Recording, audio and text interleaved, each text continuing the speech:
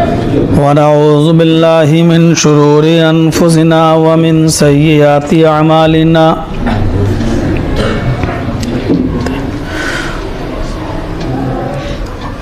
मन यहदिहिल्लाहु फला मुज़िल्ल लहु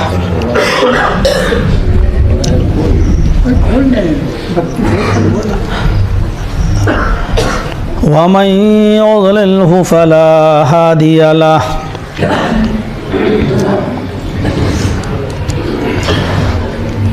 व अशहदु अल्ला इलाहा इल्लल्लाहु वहदहु ला शरीक लहु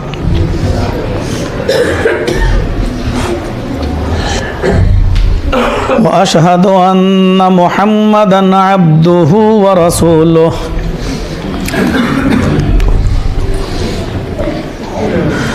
अम्मा बाद फ़इन्न खैरल हदीस किताबुल्लाह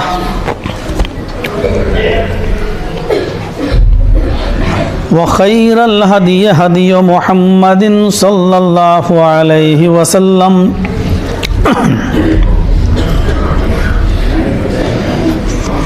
व शर्रल उमूरि मुहदसातुहा व कुल्लु मुहदसतिन बिदअह व कुल्लु बिदअतिन ज़लालह व कुल्लु ज़लालतिन फिन्नार।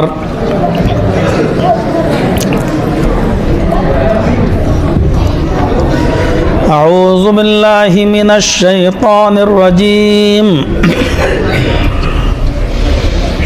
बिस्मिल्लाहिर रहमानिर रहीम।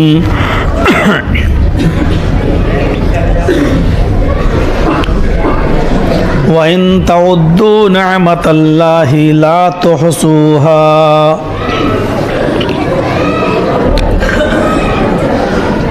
रब्बि इश्रह ली सदरी व यस्सिर ली अमरी वहलुल उक़दतम मिन लिसानी यफ़क़हू क़ौली।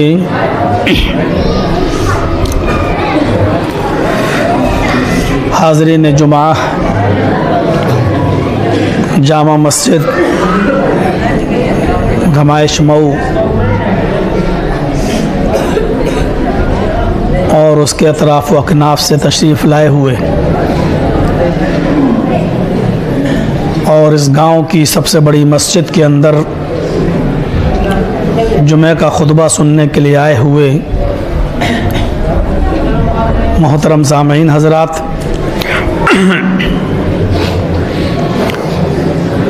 अल्लाह रब्बुल आलमीन का शुक्र है और उसका एहसान अज़ीम है कि उसने हमें और आपको आज ये जुमे का दिन मरहमत फरमाया, इस मस्जिद में जमा होने की तौफीक बख्शी, एक साथ मिल बैठ कर कुरान व हदीस की बातें सुनने का मौका अता फरमाया। अल्लाह तबारक व तआला से दुआ है कि इलाहुल आलमीन हम सब को सुनने से ज़्यादा अमल करने की तौफीक अता फरमाए। जुमे का खुतबा बहुत ही मुख्तसर और छोटा होता है और होना भी चाहिए। नबी अकरम सल्लल्लाहु अलैहि वसल्लम की हदीस भी यही है कि लोगों की ज़रूरतों को सामने रखते हुए जुमे का खुतबा मुख्तसर दिया जाए। इस मुख्तसर से खुतबे में कुछ अहम और बुनियादी बातें हमें आपके सामने रखनी हैं। ये अल्लाह रब्बुल आलमीन का शुक्र है, उसका एहसान है जिस पर हम जितना भी अल्लाह का शुक्र अदा करें कम है कि उसने हमें और आपको बहुत सारी नेमतों से नवाजा है। उसकी नेमतें हमारे और आपके ऊपर इतनी ज़्यादा हैं कि अगर कोई बंदा अल्लाह रब्बुल आलमीन की नेमतों को गिनना चाहे और शुमार करना चाहे तो ये उसके ताकत से बाहर है। ना उसकी कलम में इतनी ताकत है कि उन सब को लिख सके ना उसकी ज़बान में इतनी ताकत है कि वो उनको बोल सके, और ना ही कोई ऐसा मैथ बना है, ऐसी कोई गणित बनी है कि अल्लाह रब्बुल आलमीन की नेमतों को सही तरीक़े से गिनकर उसकी गिनती बता सके। अल्लाह ने फरमाया कि इन तउद्दू नेमतल्लाहि ला तुहसूहा, मेरे बंदो मेरी नेमतों को अगर गिनना चाहो, शुमार करना चाहो तो तुम नहीं कर सकते।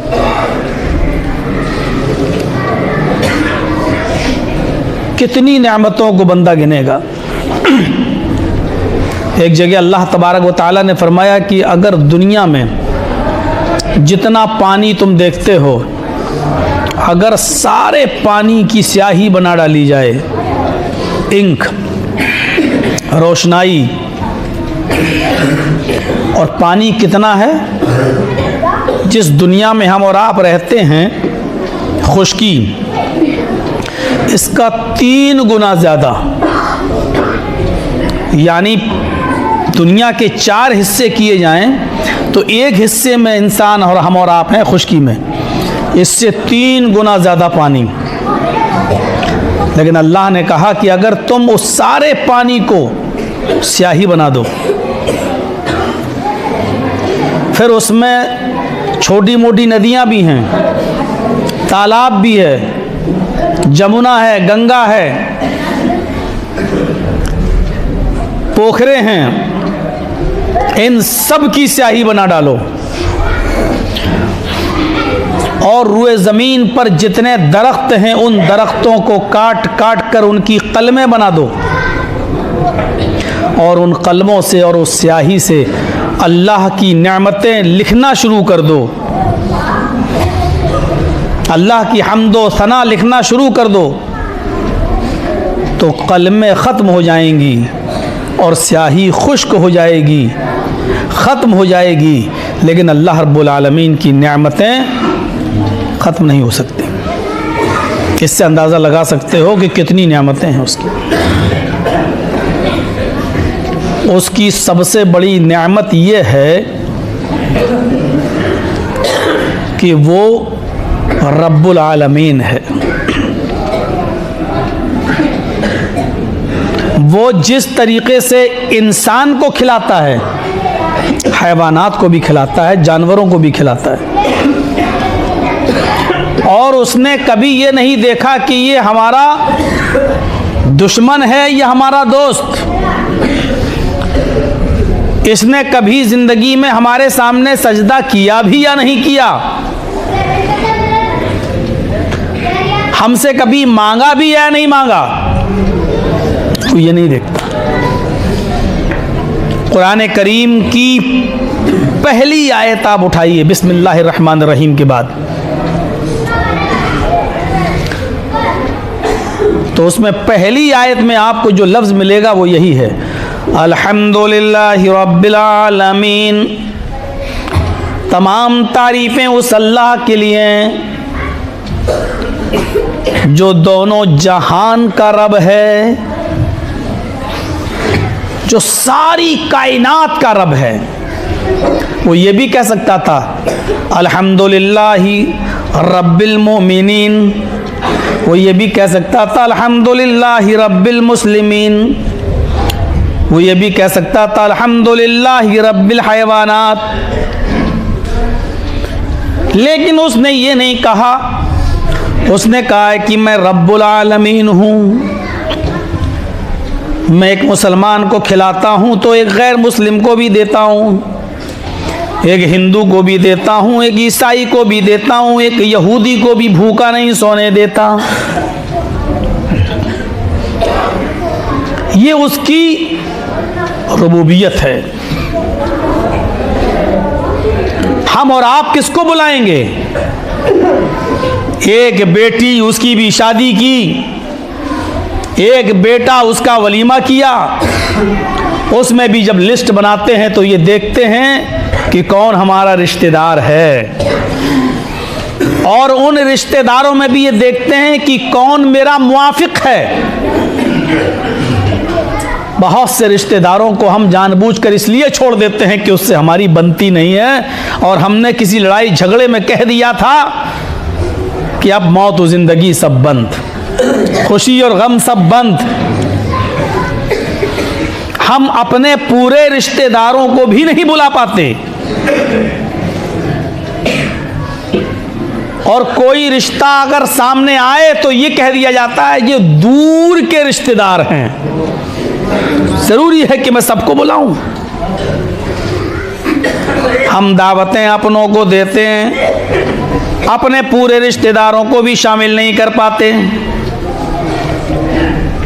फिर अपने दुश्मन को क्या बुलाएंगे और अपने दुश्मन को क्या दावत देंगे। अल्लाह रब्बुल आलमीन का दस्तरखान इतना वसी है, इतना बड़ा है उसका दस्तरखान कि उसके दस्तरखान पर उसके दोस्त भी खाते हैं, उसके दुश्मन भी खाते हैं। जो उसके सामने सर झुकाता है वो भी खाता है, और जो उसको अपना रब और अपना माबूद नहीं मानता अल्लाह उसको भी देता है। सुबह जब हम सवेरे उठते हैं, जब सूरज अपनी आबो ताप के साथ निकलता है, तो इसकी रोशनी एक मुसलमान के खेत पर भी पड़ती है, एक गैर मुस्लिम के खेत पर भी।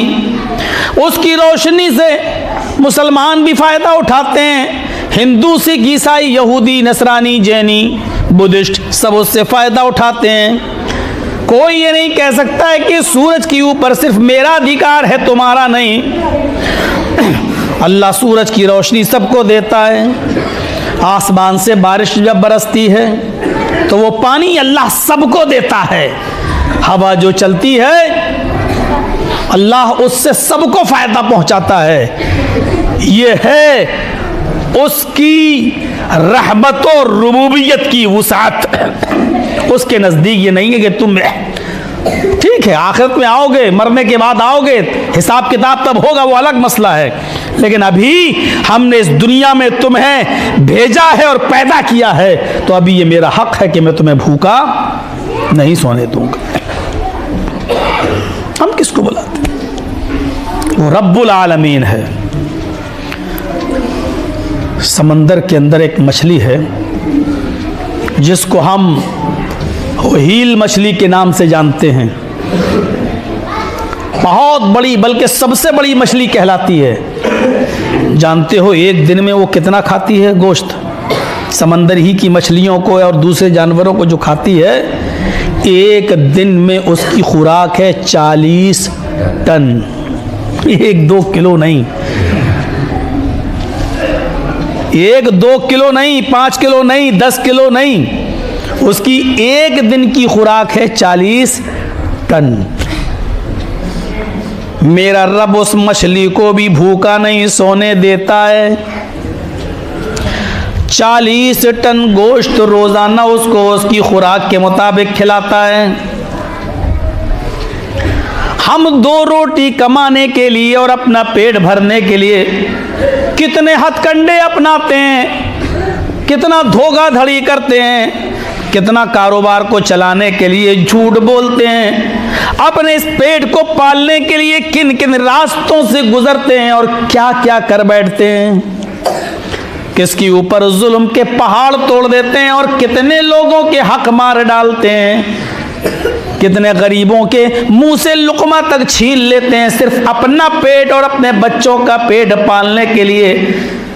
आए मुसलमान, अपने रब की रुबूबियत और उसकी रहमत पर तुझे यकीन क्यों नहीं है? मेरा रब तो 40 टन गोश्त भी मछली को खिलाता है और उसको भी भूखा नहीं सोने देता, तो तुझे कैसे भूखा सुलाएगा? तू तवक्कुल तो कर, तू भरोसा तो रख उसके ऊपर। मेरे बंदो, तुम मेरे ऊपर वैसे भरोसा कर लो जैसे करना चाहिए, तो हम तुम्हें वैसे ही रोजी देंगे जैसे चिड़ियां भूखे पेट घोंसलों से निकलती हैं, लेकिन जब शाम को अपने घोंसलों में वापस आती हैं तो उनका पेट भरा हुआ होता है। जैसे हम उन चिड़ियों को दाना देते हैं, उनको रोजी देते हैं। ओ मेरे बंदो, तुम तवक्कुल तो करो, भरोसा तो करो मेरे ऊपर। ये उसकी रुबूबियत का काम है। आलम है, वो किसी को भूखा नहीं सोने देता। हज़रत इब्राहीम अलैहिस्सलाम का मामूल था, वो अपने दस्तरखान पर कभी अकेले खाना नहीं खाए, वो किसी न किसी मेहमान के साथ खाना खाते थे, और अगर कोई नहीं आता था तो सड़क से और रोड से किसी को पकड़ के लाते थे और अपने दस्तरखान पर बिठा कर खिलाते थे। एक दिन एक मजूसी मिल गया, बुढ़ा, 90 साल उम्र। कहा बाबा चलो खाना खा लो। कहा बेटा भूखा तो हूं। ले गए और जैसे ही खाना दस्तरखान पर उसके सामने परोसा रखा और कहा बाबा चलो शुरू करो, खाओ और अल्लाह का नाम लो। उस बुढ़े ने कहा इब्राहीम मैं तेरे रब का नाम क्यों लूं, मेरा रब तो कोई और है, मैं खाऊंगा तो उसी के नाम से जो मेरा माबूद है, जो मेरा रब है। इब्राहीम अलैहिस्सलाम ने कहा तुम्हारा रब कौन है? उसने कहा आग, मैं आग की पूजा करता हूं। बेइस्मिन्नार, उसने रोटी की तरफ लुक़मा, हाथ बढ़ाया, लुक़मा उठाया और कहा बेइस्मिन्नार, बिस्मिल्लाह की बजाय बिस्मिन्नार, मैं अल्लाह के नाम से नहीं आग के नाम से शुरू करता हूं। बिस्मिन्नार, उसने आग के नाम से लुक़मा मुंह तक ले गया, खाने ही वाला था। इब्राहीम अलैहिस्सलाम ने उसका हाथ पकड़ लिया, लुक़मा नीचे रखो, रख दिया। क्या हुआ इब्राहीम? कहा ये खाना मेरे रब ने दिया है, मेरे अल्लाह ने दिया है, ये खाना आग ने नहीं दिया।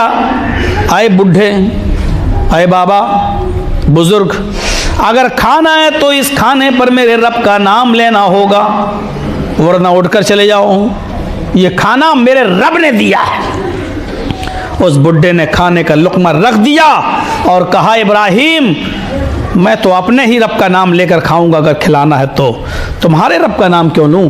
उठा और चल दिया। इब्राहीम ने कहा ठीक है, जाओ जो तुम्हारा रब है उससे मांग लो खाना। वो बुढ़ा दस्तरखान छोड़कर चला गया, घर से 100 कदम 200 कदम दूर गया होगा। यहां जिब्राईल अलैहिस्सलाम आ जाते हैं और इब्राहीम अलैहिस्सलाम के पास सख्त आदेश लेकर आते हैं, आ इब्राहीम जाओ, तुम्हारे रब का हुक्म है, उस बूढ़े को बुला कर लाओ और अपने इसी दस्तरखान से बैठकर, इसी पर बैठकर खाना खिलाओ, चाहे वो किसी का भी नाम ले, लेकिन खाना खिलाओ। तुम्हारे रब की रहमत को ये गवारा नहीं कि कोई भूखा दस्तरखान से उठ जाए। इब्राहीम अलैहिस्सलाम जाते हैं और उस बूढ़े को तलाश करते हैं। 200 कदम की दूरी पर वो बूढ़ा मिल जाता है, उसको पकड़ के लाते हैं, दस्तरखान पर बिठाते हैं और कहते हैं बाबा जिसका नाम लेना हो लो, लेकिन खाओ। उसने कहा इब्राहीम अजीब मामला है, अभी तो अल्लाह का नाम न लेने पर तुमने भगा दिया था और अब ये कह रहे हो जिसका नाम लेना हो लो, लेकिन खाना खा लो। आखिर बात क्या है? दाल में कुछ काला नजर आता है, मुझे समझाओ। फरमाया इब्राहीम ने, हाय बाबा जब तुम दस्तरखान से उठकर चले गए तो मेरे रब का हुक्म आया, अल्लाह ने जिब्रील को भेजकर मुझे हुक्म दिया उस बुजुर्ग को बुलाओ। जिब्रील ने बताया इब्राहीम उस बुजुर्ग की उम्र तो 90 साल है। अल्लाह ने मुझे ये हुक्म देकर भेजा कि इब्राहीम से कह दो उस बुजुर्ग की उम्र तो 90 साल है, उसने अपनी 90 साल की पूरी जिंदगी में कभी मेरा नाम लिया ही नहीं।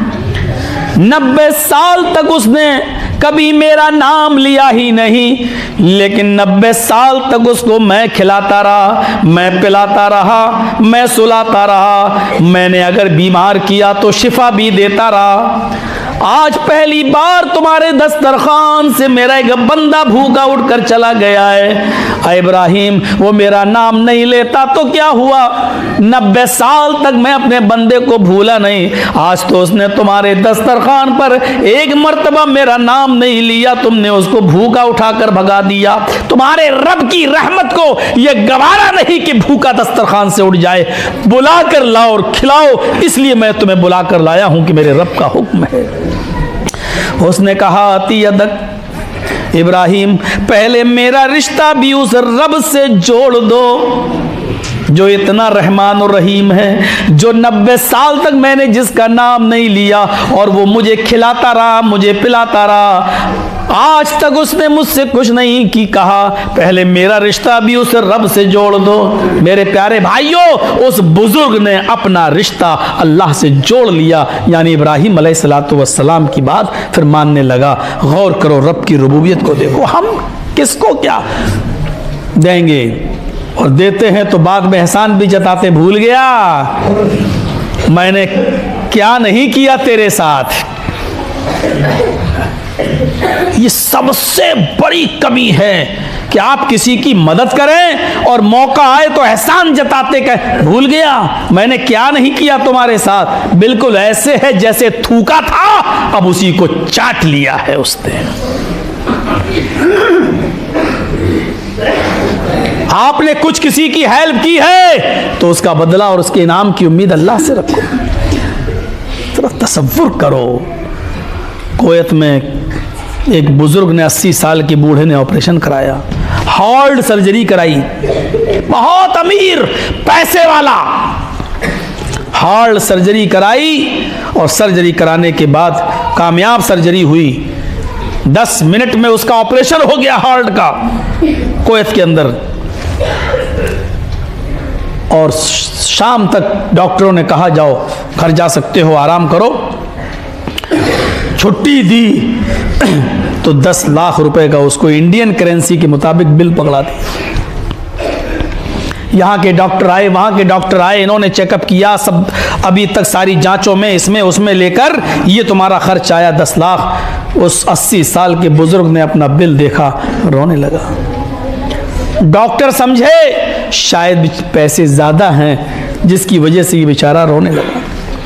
वो गए और उन्होंने कुछ दवाओं में, कुछ फीस में कंसेशन करके उसको 8 लाख का बिल दे दिया। कहा लो 2 लाख हम तुम्हें छोड़ रहे हैं। उसने कहा डॉक्टर साहब मैं इसलिए नहीं रोया क्योंकि बिल ज़्यादा था। 10 लाख का आपने मुझे बिल दिया, मैं ये बिल पकड़कर मेरे आंखों में आंसू आ गए। मेरे आंखों में आंसू आने की वजह ये नहीं थी कि 10 लाख मैं दे नहीं सकता था। मैं 10 क्या 20, 25, 50 लाख भी देने पर कादिर हूं। मैंने गुर्बत की वजह से मेरे आंखों में आंसू नहीं आए। मेरे आंसू सिर्फ इस वजह से आए कि आपने मेरे हार्ट का ऑपरेशन किया।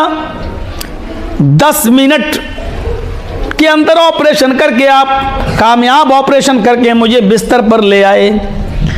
आपने सिर्फ 10 मिनट के लिए मेरे हार्ट को संभाला, ठीक तरीके से उसकी रनिंग कर दी और इसका बिल आपने मुझसे 10 लाख रुपए का मांग लिया जो बाद में आपने ऐड कर दिया। मैं इस वजह से रो रहा हूं कि मैं अपने रब का कैसे शुक्र अदा करूं जो 80 साल तक मेरे हार्ट को संभाले रहा, मेरे दिल को संभाले रहा, मेरी हरकतों पर कंट्रोल किए रहा और मैंने आज तक अपने रब की नाफरमानी में करता रहा। मैं अपने रब का नाशुक्रा बंदा रहा। मैं यारी और मक्कारी में मैंने अपनी पूरी जिंदगी गुजार दी। मैं अपने रब का कैसे शुक्र अदा करूं कि इतनी नाफरमानी और गुनाहों के बावजूद उसने आज तक मेरे दिल का कोई हिसाब मुझसे नहीं लिया। इस्लाह के लिए 1-2 बातें काफी हैं अगर इबरत लेना चाहो तो, वरना सुनना चाहो तो ऐसी बातें तो लगती है पूरा दिन भर कहते रहो, रात भर कहते रहो। और ये वही सोचता है जिसको अमल तो करना नहीं है, जिसको सिर्फ सुनने में मजा आता है, अमल करने में नहीं।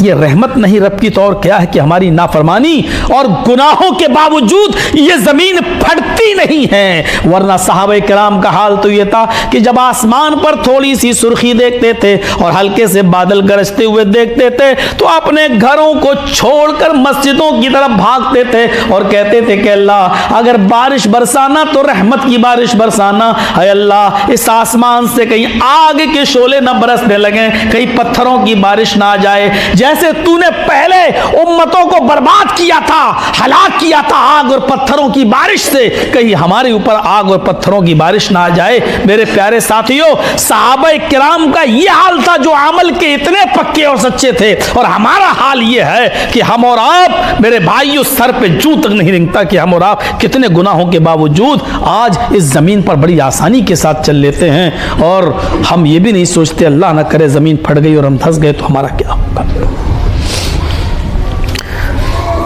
जमीन अपने रब का हुक्म मानती है, आसमान अपने रब का हुक्म मानता है। दरख्तों के ये पत्ते जब खामोश होते हैं तो अपने रब के हुक्म से, और जब हवा देते हैं तो अपने रब के हुक्म से। कायनात की हर शय अपने अपने तरीके से अल्लाह की तस्बीह बयान कर रही है। युसब्बिहु लिल्लाहि मा फिस समावाति व मा फिल अर्ज़। लेकिन हाय रे इंसान, तू कितना नाकारा हो चुका है। सबसे अफजल मखलूक तू, और सबसे ज्यादा नाकारा यही इंसान जो अपने रब की नाफरमानी में लगा हुआ है।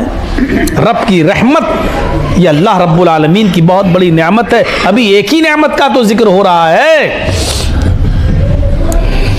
गौर करो कैसे संभाले हुए हो। घर से यहां तक आप अपने दोनों पैरों पर चलकर आए, वुज़ू आपने अपने हाथों से बनाया,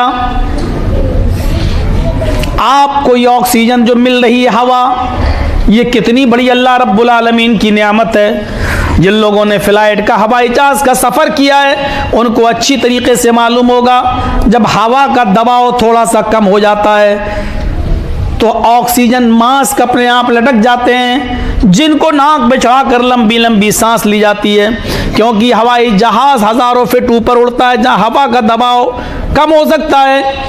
और हम लोग फ्लाइट पे सफ़र करते हैं तो मालूम है यार, कभी कभी ऐलान भी किया जाता है हवा का दबाव कम हो जाए तो ऑक्सीजन मास्क अपने आप आपकी कुर्सी के नीचे आ जाएंगे और आप इनको नाक और मुंह पे चढ़ा कर खींचें। हवा का दबाव कम हो जाए तो मेरे भाइयों सोचो और गौर करो कि हमें ऑक्सीजन लेना पड़ती है। जब हमारे फेफड़ों में इन्फेक्शन हो जाए तो हमें हॉस्पिटल जाकर ऑक्सीजन के सहारे जिंदा रहना पड़ता है। लेकिन हमारे उस रब की रहमत देखो कि वो हमारा परवरदिगार, वो हमारा रब्बुल आलमीन, वो हमारा परवरदिगार जिसने माँ के पेट के अंदर भी हमें ऑक्सीजन पहुंचाता रहा। सिर्फ पेट के अंदर नहीं, इस दुनिया के अंधेरा है, दुनिया की रोशनी नहीं है। फिर माँ के पेट का अंधेरा है, फिर उस माँ के पेट के अंदर रहम बच्चेदानी है, उस बच्चेदानी का अंधेरा है। फिर उस बच्चेदानी के अंदर भी आप नहीं है, उस बच्चेदानी के अंदर एक झिल्ली होती है, उस झिल्ली के अंदर आप रहते हैं। हम और आपका गुजर बसर उसी रास्ते से हुआ है, उसी बच्चेदानी की उस झिल्ली के अंदर हम और आप रहे हैं और बच्चा उसी झिल्ली में रहता है।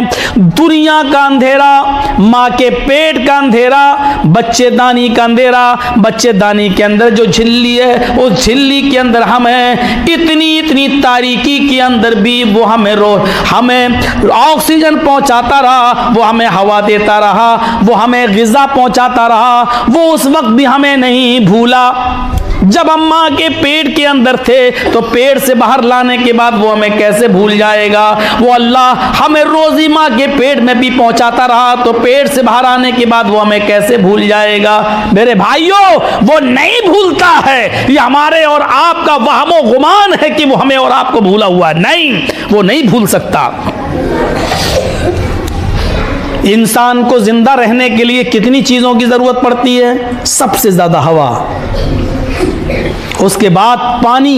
बगैर खाने पीने की चीज़ों के आदमी 2-4 दिन जिंदा रह लेगा, लेकिन बगैर पानी के और उसके बाद खाने और पीने की चीज़ें आप देखिए, जैसे ही दुनिया के अंदर आप कदम रखते हैं, माँ के पेट से आज पहले ही दिन है आप बाहर आए हैं। जिंदगी के लिए आपको सबसे ज़्यादा हवा की ज़रूरत थी। आपके आने से पहले अल्लाह रब्बुल आलमीन ने हवा का इंतज़ाम पहले ही कर रखा था। आपको उसके बाद जैसे जैसे बड़े होते जाएंगे, 6 महीने तक डॉक्टर कहता है पानी मत दो, 6 महीने के बाद पानी। आप दुनिया में आए, पानी का इंतज़ाम पहले ही से। खाने पीने की चीज़ें जब आप शुरू करेंगे, आपने खाना सीखना बाद में सीखा है, खाना खाना उसका इंतज़ाम अल्लाह ने पहले ही कर दिया। ये 6 महीने भी आप बगैर जो पानी के और बगैर खाने की चीज़ों के रहे, तो ज़रा कुदरत तो देखिए, अल्लाह का रहमो करम तो देखो। वो माँ जिसने अभी तक कोई बच्चा पैदा नहीं किया, लेकिन जैसे ही तुम्हें अपने पेट से बाहर निकालती है, अल्लाह रब्बुल आलमीन उसकी पिस्तानों में सुराख पैदा करके तुम्हारे लिए ग़िज़ा का इंतज़ाम कर देता है, और तुम्हारी ग़िज़ा तुम्हारी माँ की पिस्तान में पैदा कर देता है। आते ही सबसे पहले तुम अपने माँ की पिस्तान से लगते हो। गौर करो, ये रब की रुबूबियत और उसकी रहमान की रहमानियत नहीं तो और क्या है। ये हाथ पैर, ये हवा पानी, ये सब तुम और हमारे माँ बाप कहीं किराना मर्चेंट की दुकान से खरीद के नहीं लाए थे। ये सारी की सारी चीज़ें अल्लाह रब्बुल आलमीन ने हमारे लिए इस दुनिया में पहले ही से बनाकर तैयार कर रखी थी। लेकिन कितना नाशुक्रा है वो बंदा जो इन तमाम नेमतों से फ़ायदा तो उठाए, लेकिन वमा खलक़तुल जिन्ना वल इंसा इल्ला लियअबुदून, इस तख्लीक का मकसद समझकर जब थोड़ा बालिग हो जाए, बड़ा हो जाए, तो मस्जिद में आकर वो अपनी पेशानी को ज़मीन पर रखकर अपने आप को रब का गुलाम और रब्बुल आलमीन को अपना मालिक मानने के लिए तैयार नहीं है। कितना नाफरमान, कितना नाशुक्रा है ये इंसान। ये सारी चीज़ें हमें और हमारे माँ बाप कहाँ से लेकर आए थे? खरीद के लाए थे क्या? हवा किसी दुकान पर खरीद के लाए थे क्या? ये पानी किसी दुकान से खरीद के लाए थे क्या? ठीक है, आज बिजली की बोतल मिलती है, लेकिन पानी तो अल्लाह ही ने पैदा किया है। आपने किया क्या है? अरे आपने उसको उबाल दिया, फिल्टर कर दिया, कुछ केमिकल डालकर उसको 5-6 महीने के लिए महफूज कर दिया। लेकिन अगर पानी ही अल्लाह ज़मीन से ना निकाले तो बताइए क्या कर लेंगे आप? ये समझ लो कि अल्लाह ने गेहूं पैदा किया, आपने उसको पीस कर आटा बना दिया। ना आटा आपका है, ना गेहूं आपका है, बस उसको पीस दिया। अल्लाह ने सारी चीज़ें बनाई हैं, आपने उसको अपने अपने तरीक़े के मुताबिक आपने उसको इस्तेमाल कर लिया, हालांकि वो सारी चीज़ें आपकी नहीं। जब टेलीफोन किसी ने बनाया था, लैंडलाइन जो हाथ में रिसीवर लेकर बात की जाती थी, तो इस टेलीफोन बनाने वाले ने घमंड में, तकब्बुर में आकर कहा था, आज मैंने वो चीज़ बना ली जो अल्लाह वल्लाह भी नहीं बना पाया। तकब्बुर में आकर उसने ये बात कही थी, जो अल्लाह वल्लाह भी नहीं बना पाया। यहां बैठे बैठे अमेरिका, सऊदिया, कोया, दुबई बात कर लो, लेकिन वो भूल गया। ये 250 ग्राम का डब्बा बनाकर वो अपने आप को इतना फख्र करने लगा।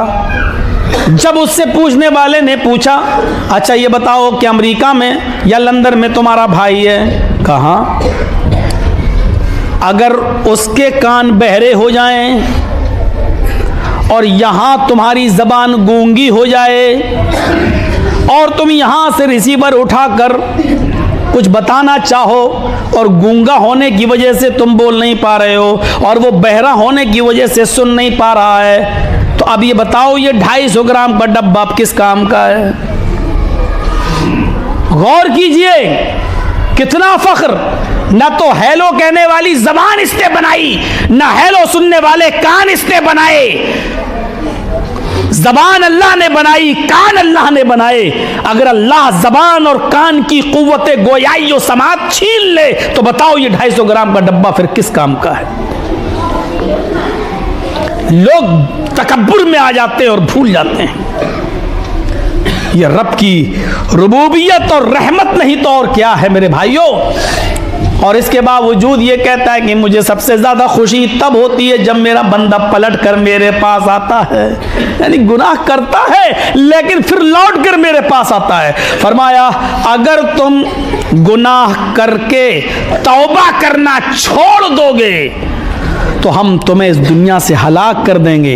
अल्लाह ने कहा फिर हम ऐसे लोगों को इस दुनिया में पैदा करेंगे जो गलतियां करेंगे लेकिन रुजू हमसे करेंगे, गलतियां करेंगे और लौटकर हमारे पास आएंगे। अल्लाह को खुशी होती है उस बंदे से जो अल्लाह की तरफ पलटे और अल्लाह से तौबा करे और माफ़ी मांगे, जो कुछ भी मांगना। हज़रत उमर फारूक फरमाते हैं कि एक जंग के अंदर कुछ कैदी गिरफ्तार करके लाए गए। उन कैदियों के अंदर एक औरत भी थी जिसका छोटा सा बच्चा, दूध पीता बच्चा कहीं गायब हो गया था, कहीं खो गया था। उस औरत की पिस्तानों में दूध था जो अपने बच्चे को पिलाती थी, लेकिन उसका बच्चा कहीं गायब हो गया, खो गया। ये औरत भी गिरफ्तार करके लाई गई जंगी कैदियों में। वो औरत जिस छोटे बच्चे को देखती उसको उठा लेती और अपने पिस्तान से लगाकर अपना दूध पिलाने लगती। अल्लाह के नबी ने फरमाया क्या है सहाबा, इस औरत की मोहब्बत देखो, ये जिसके बच्चे को उठाती चाहती है पकड़ लेती है और अपने पिस्तान से लगाती है। अगर इसको इसका अपना बेटा मिल जाए तो क्या उम्मीद है, क्या ये औरत अपने बच्चे को आग में डाल देगी?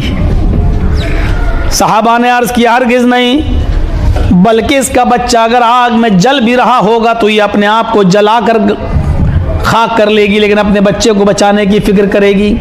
अगर इसको पता चल जाए कि फला जगह मेरा बच्चा जल रहा है तो ये जलती हुई आग में कूद कर अपने बच्चे को बचाने की कोशिश करेगी। इस बात की फिक्र नहीं करेगी कि मैं कितनी जल रही हूँ, बचूंगी भी या नहीं बचूंगी। बच्चे की मोहब्बत इस औरत को इस बच्चे की जलती हुई आग में कूदने पर इस औरत को मजबूर कर देगा। यह है मोहब्बत इस औरत की। फरमाया अल्लाहु अरहमु बिइबादिही मिन हाज़िही बिवलदिहा। मैं कसम खाता हूँ उस ज़ात की जिसके कब्ज़े में मेरी जान है, जितनी औरत अपने बच्चे से मोहब्बत करती है उससे 1000 गुना ज़्यादा अल्लाह रब्बुल आलमीन अपने गुनाहगार बंदे पर मेहरबान है। वो नहीं चाहता कि मेरा बंदा जहन्नम में जलकर राख हो जाए, वो नहीं चाहता, उससे भी कहीं ज़्यादा मेहरबान है। अल्लाहु अरहमु बिइबादिही मिन हाज़िही बिवलदिहा। जितना ये औरत अपने बच्चे से मोहब्बत कर रही है उससे कई गुना ज्यादा अल्लाह अपने गुनाहगार बंदे पर मेहरबान है, उससे मोहब्बत करता है।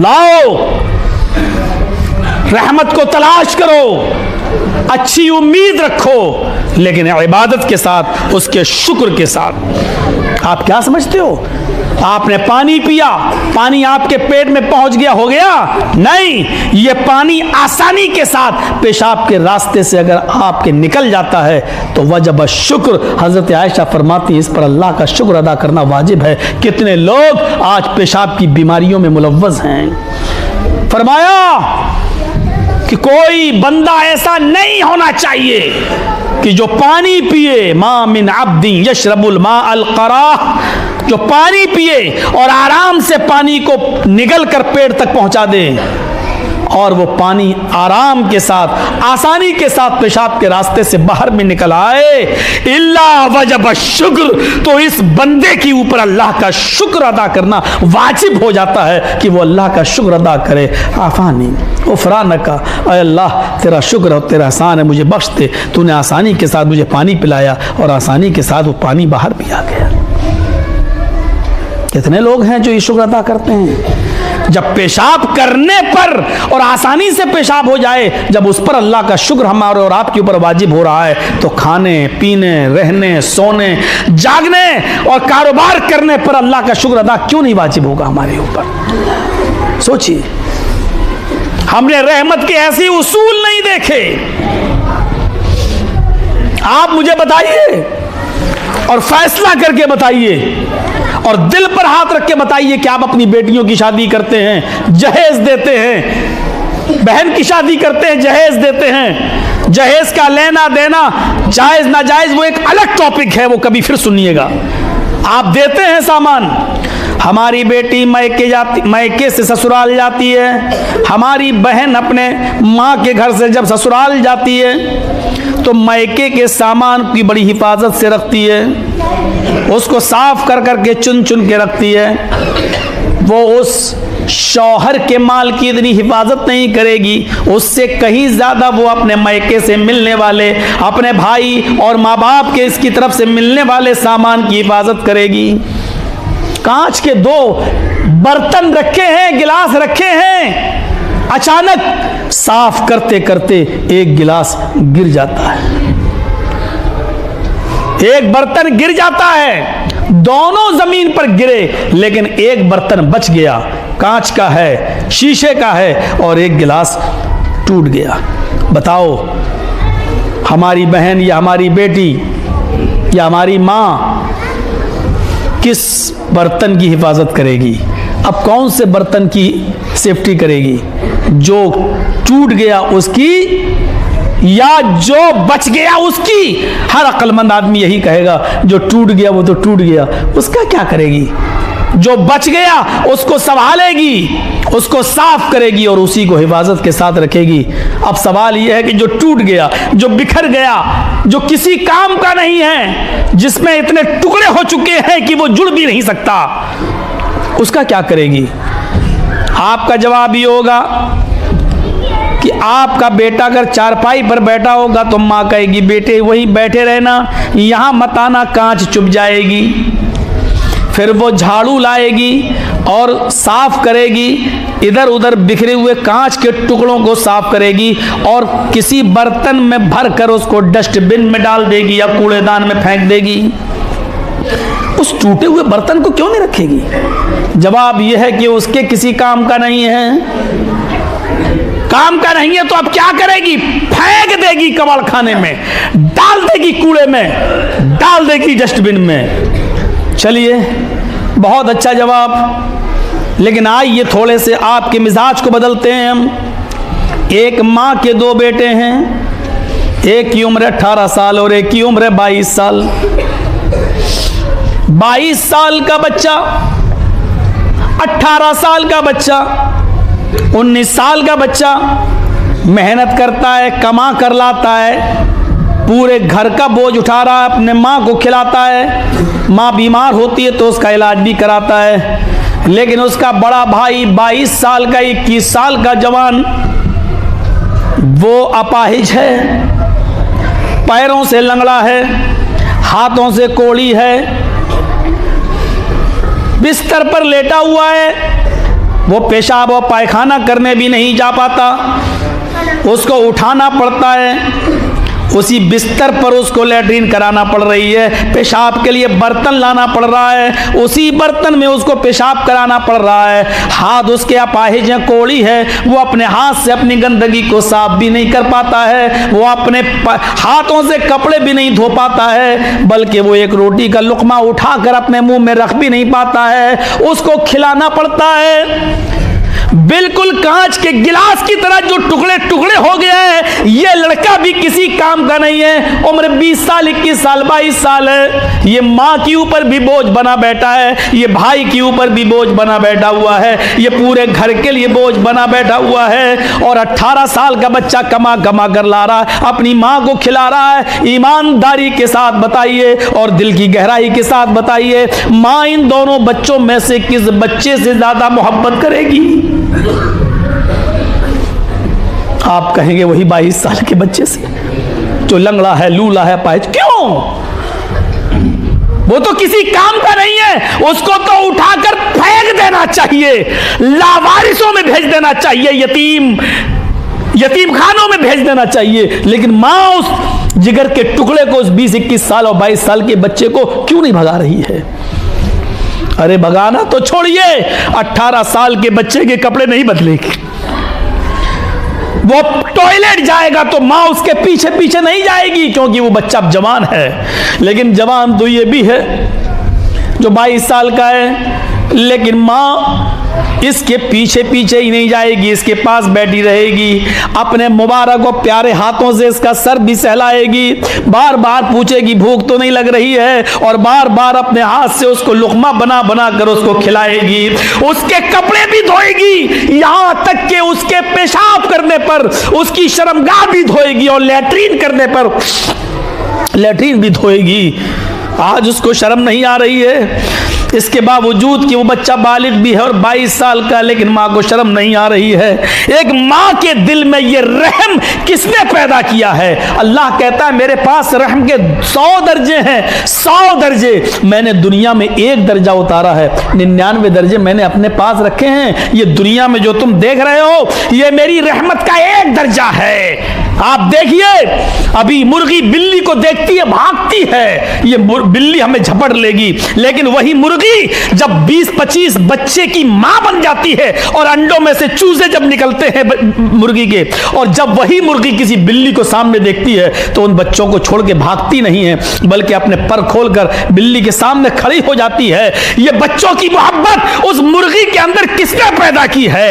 एक बकरी को देखिए, जब अपने 2 बच्चे एक बच्चे से जमती है और बच्चा पैदा करती है तो वो बकरी किस तरीके से अपने बच्चे की उस गलाजत को चाटती है। एक कुतिया को देखिए, जब वो बच्चे जमती है तो किस तरीके से उसके बच्चे उसके पीछे पीछे जाते हैं, और वो कुतिया अपने बच्चों की हिफाजत के लिए ऐसी गुफा तलाश करती है जहां दूसरे कुत्तों का गुजर ना हो सके, और कोई बिल्ली या कोई खतरनाक जानवर हमारे बच्चों पर हमला करके उनको खा ना जाए। ये जानवरों के अंदर भी मोहब्बत किसने पैदा की है? ये जात वही अल्लाह रब्बुल आलमीन की है, ये अल्लाह की नेमत नहीं तो और क्या है। मेरे प्यारे साथियों, इस रहमत को अगर अल्लाह ने उतारा है और उस रहमत के इतने चश्मे फूटे हैं कि हमें उससे फायदा हासिल करना चाहिए अल्लाह के शुक्र के साथ।